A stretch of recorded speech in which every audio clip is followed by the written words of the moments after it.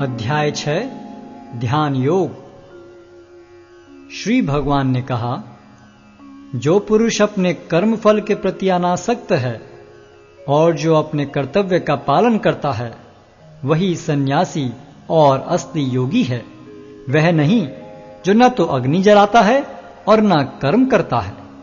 हे पांडुपुत्र, जिसे सन्यास कहते हैं उसे ही तुम योग अर्थात पर ब्रह्म से युक्त होना जानो, क्योंकि इंद्रिय तृप्ति के लिए इच्छा को त्यागे बिना कोई कभी योगी नहीं हो सकता। अष्टांग योग के नवसाधक के लिए कर्म साधन कहलाता है और योग सिद्ध पुरुष के लिए समस्त भौतिक कार्यकलापों का परित्याग ही साधन कहा जाता है। जब कोई पुरुष समस्त भौतिक इच्छाओं का त्याग करके न तो इंद्रिय तृप्ति के लिए कार्य करता है और न सकाम कर्मों में प्रवृत्त होता है, तो वह योगारूढ़ कहलाता है। मनुष्य को चाहिए कि अपने मन की सहायता से अपना उद्धार करे और अपने को नीचे न गिरने दे। यह मनबद्ध जीव का मित्र भी है और शत्रु भी। जिसने मन को जीत लिया है उसके लिए मन सर्वश्रेष्ठ मित्र है, किंतु जो ऐसा नहीं कर पाया उसके लिए मन सबसे बड़ा शत्रु बना रहेगा। जिसने मन को जीत लिया है उसने पहले ही परमात्मा को प्राप्त कर लिया है, क्योंकि उसने शांति प्राप्त कर ली है। ऐसे पुरुष के लिए सुख दुख, सर्दी गर्मी एवं मान अपमान एक से हैं। वह व्यक्ति आत्म साक्षात्कार को प्राप्त तथा योगी कहलाता है, जो अपने अर्जित ज्ञान तथा अनुभूति से पूर्णतया संतुष्ट रहता है। ऐसा व्यक्ति अध्यात्म को प्राप्त तथा जितेंद्रिय कहलाता है। वह सभी वस्तुओं को, चाहे वे कंकड़ हो, पत्थर हो या कि सोना, एक समान देखता है। जब मनुष्य निष्कपट हितैषियों, प्रिय मित्रों, तटस्थों, मध्यस्थों, ईश्वालुओं, शत्रुओं तथा मित्रों, पुण्यात्माओं एवं पापियों को समान भाव से देखता है, तो वह और भी उन्नत माना जाता है। योगी को चाहिए कि वह सदैव अपने शरीर, मन तथा आत्मा को परमेश्वर में लगाए, एकांत स्थान में रहे और बड़ी सावधानी के साथ अपने मन को वश में करे। उसे समस्त आकांक्षाओं तथा संग्रह भाव की इच्छाओं से मुक्त होना चाहिए। योगाभ्यास के लिए योगी एकांत स्थान में जाकर भूमि पर कुशा बिछा दे और फिर उसे मृगछाला से ढके तथा ऊपर से मुलायम वस्त्र बिछा दे। आसन न तो बहुत ऊंचा हो न बहुत नीचा, यह पवित्र स्थान में स्थित हो। योगी को चाहिए कि इस पर दृढ़ता पूर्वक बैठ जाए और मन, इंद्रियों तथा कर्मों को वश में करते हुए तथा मन को एक बिंदु पर स्थित करके हृदय को शुद्ध करने के लिए योगाभ्यास करे। योगाभ्यास करने वाले को चाहिए कि वह अपने शरीर, गर्दन तथा सिर को सीधा रखे और नाक के अगले सिरे पर दृष्टि लगाए। इस प्रकार वह अविचलित तथा दमित मन से, भय रहित, विषयी जीवन से पूर्णतया मुक्त होकर अपने हृदय में मेरा चिंतन करे और मुझे ही अपना चरम लक्ष्य बनाए। इस प्रकार शरीर, मन तथा कर्म में निरंतर संयम का अभ्यास करते हुए संयमित मन वाले योगी को इस भौतिक अस्तित्व की समाप्ति पर भगवत धाम की प्राप्ति होती है। हे अर्जुन, जो अधिक खाता है या बहुत कम खाता है, जो अधिक सोता है अथवा जो पर्याप्त नहीं सोता, उसके योगी बनने की कोई संभावना नहीं है। जो खाने, सोने, आमोद प्रमोद तथा काम करने की आदतों में नियमित रहता है, वह योगाभ्यास द्वारा समस्त भौतिक क्लेशों को नष्ट कर सकता है। जब योगी योगाभ्यास द्वारा अपने मानसिक कार्यकलापों को वश में कर लेता है और अध्यात्म में स्थित हो जाता है, अर्थात समस्त भौतिक इच्छाओं से रहित हो जाता है, तब वह योग में सुस्थिर कहा जाता है। जिस प्रकार वायु रहित स्थान में दीपक हिलता डुलता नहीं, उसी तरह जिस योगी का मन वश में होता है, वह आत्म तत्व के ध्यान में सदैव स्थिर रहता है। सिद्धि की अवस्था में, जिसे समाधि कहते हैं, मनुष्य का मन योगाभ्यास के द्वारा भौतिक मानसिक क्रियाओं से पूर्णतया संयमित हो जाता है।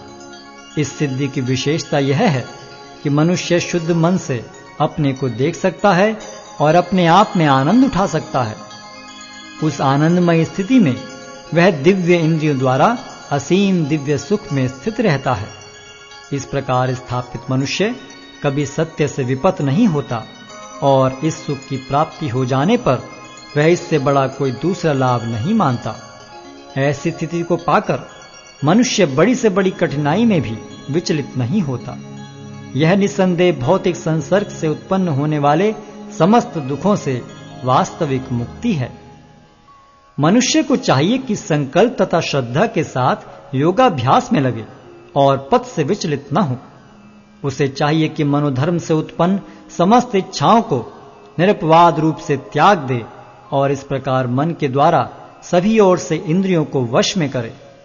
धीरे धीरे क्रमशः पूर्ण विश्वास पूर्वक बुद्धि के द्वारा समाधि में स्थित होना चाहिए और इस प्रकार मन को आत्मा में ही स्थित करना चाहिए और अन्य कुछ भी नहीं सोचना चाहिए। मन अपनी चंचलता तथा अस्थिरता के कारण जहां कहीं भी विचरण करता हो, मनुष्य को चाहिए कि उसे वहां से खींचे और अपने वश में लाए। जिस योगी का मन मुझ में स्थिर रहता है वह निश्चय ही दिव्य सुख की सर्वोच्च सिद्धि प्राप्त करता है। वह रजोगुण से परे हो जाता है। वह परमात्मा के साथ अपनी गुणात्मक एकता को समझता है और इस प्रकार अपने समस्त विगत कर्मों के फल से निवृत्त हो जाता है। इस प्रकार योगाभ्यास में निरंतर लगा रहकर आत्म संयमी योगी समस्त भौतिक कल्मश से मुक्त हो जाता है और भगवान की दिव्य प्रेम भक्ति में परम सुख प्राप्त करता है। वास्तविक योगी समस्त जीवों में मुझको और मुझ में समस्त जीवों को देखता है। निस्संदेह स्वरूप सिद्ध व्यक्ति मुझ परमेश्वर को सर्वत्र देखता है। जो मुझे सर्वत्र देखता है और सब कुछ मुझ में देखता है, उसके लिए न तो मैं कभी अदृश्य होता हूं और न वह मेरे लिए दृश्य होता है। जो योगी मुझे तथा परमात्मा को अभिन्न जानते हुए परमात्मा की भक्ति पूर्वक सेवा करता है, वह हर प्रकार से मुझ में सदैव स्थित रहता है।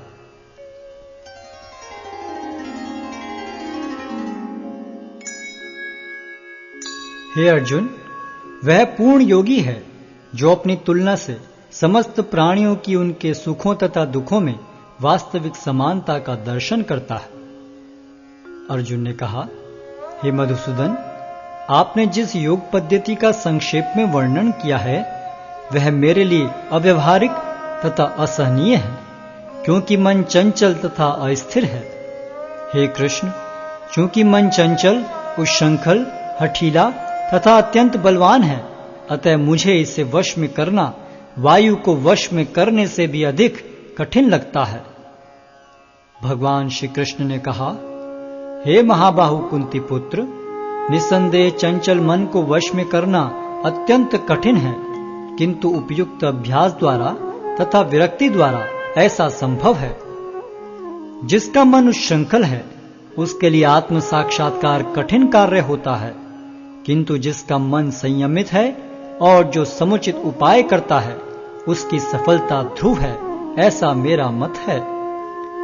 अर्जुन ने कहा, हे कृष्ण, उस असफल योगी की गति क्या है जो प्रारंभ में श्रद्धा पूर्वक आत्म साक्षात्कार की विधि ग्रहण करता है, किंतु बाद में भौतिकता के कारण उससे विचलित हो जाता है और योग सिद्धि को प्राप्त नहीं कर पाता। हे महाबाहु कृष्ण, क्या ब्रह्म प्राप्ति के मार्ग से भ्रष्ट ऐसा व्यक्ति आध्यात्मिक तथा भौतिक दोनों ही सफलताओं से च्युत नहीं होता और छिन्न भिन्न बादल की भांति विनष्ट नहीं हो जाता, जिसके फलस्वरूप उसके लिए किसी लोक में कोई स्थान नहीं रहता? हे कृष्ण, यही मेरा संदेह है और मैं आपसे इसे पूर्णतया दूर करने की प्रार्थना कर रहा हूं। आपके अतिरिक्त अन्य कोई ऐसा नहीं है जो इस संदेह को नष्ट कर सके। भगवान ने कहा, हे प्रथापुत्र, कल्याण कार्यों में निरत योगी का न तो इस लोक में और न परलोक में ही विनाश होता है। हे मित्र, भलाई करने वाला कभी बुराई से पराजित नहीं होता। असफल योगी पवित्र आत्माओं के लोकों में अनेकानेक वर्षों तक भोग करने के बाद या तो सदाचारी पुरुषों के परिवार में या कि धनवानों के कुल में जन्म लेता है।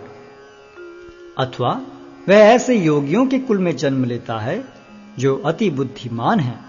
निश्चय ही इस संसार में ऐसा जन्म दुर्लभ है।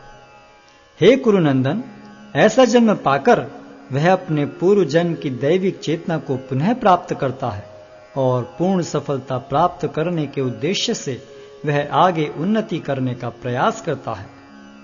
अपने पूर्व जन्म की दैवी चेतना से वह न चाहते हुए भी स्वतः योग के नियमों की ओर आकर्षित होता है। ऐसा जिज्ञासु योगी शास्त्रों के अनुष्ठानों से परे स्थित होता है और जब योगी समस्त कलमश से शुद्ध होकर सच्ची निष्ठा से आगे प्रगति करने का प्रयास करता है तो अंततो गत्वा अनेकानेक जन्मों के अभ्यास के पश्चात सिद्धि लाभ करके वह परम गंतव्य को प्राप्त करता है। योगी पुरुष तपस्वी से, ज्ञानी से तथा सकाम कर्मी से बढ़कर होता है। अतः हे अर्जुन, तुम सभी प्रकार से योगी बनो और समस्त योगियों में से जो योगी अत्यंत श्रद्धा पूर्वक मेरे परायण हैं, अपने अंतःकरण में मेरे विषय में सोचता है और मेरी दिव्य प्रेम भक्ति करता है, वह योग में मुझसे परम अंतरंग रूप से युक्त रहता है और सबों में सर्वोच्च है। यही मेरा मत है।